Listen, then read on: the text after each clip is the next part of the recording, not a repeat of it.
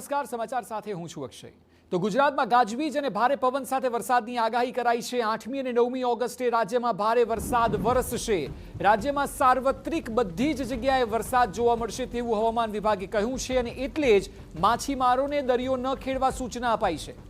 આવતીકાલે વડોદરા અને છોટાઉદેપુર નર્મદામાં હળવાથી મધ્યમ વરસાદ રહેશે। એ સિવાય ભરૂચ, સુરત, તાપી, નવસારી, વલસાડમાં પણ વરસાદ થશે।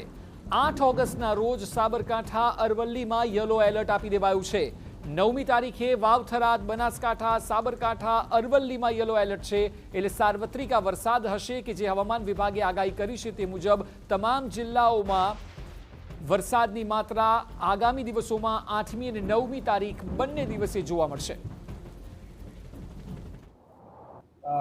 तो 8 तारीख से कई स्थानों से लेकर अनेक स्थानों में हल्का से मध्यम बरसात का संभावना रहेगा। गुजरात रीजन में सौराष्ट्र कच्छ जो रीजन है इसके लिए इक्का दुक्का स्थानों में हल्का से मध्यम बरसात का संभावना रहेगा। और जो कुछ तटीय क्षेत्रों में है पवन का दिशा जो रहेगा दक्षिण पश्चिम से पश्चिम दिशा से पवन चलने का स्थिति बने रहेंगे। और स्टीप प्रेशर ग्रेडियंट के कारण स्ट्रॉन्ग विंड का भी संभावना है। जो स्पीड रहेगा 15 से 20 नॉट, गास्टिंग जो स्पीड रहेगा 25 नॉट तक जाने का संभावना रहेगा।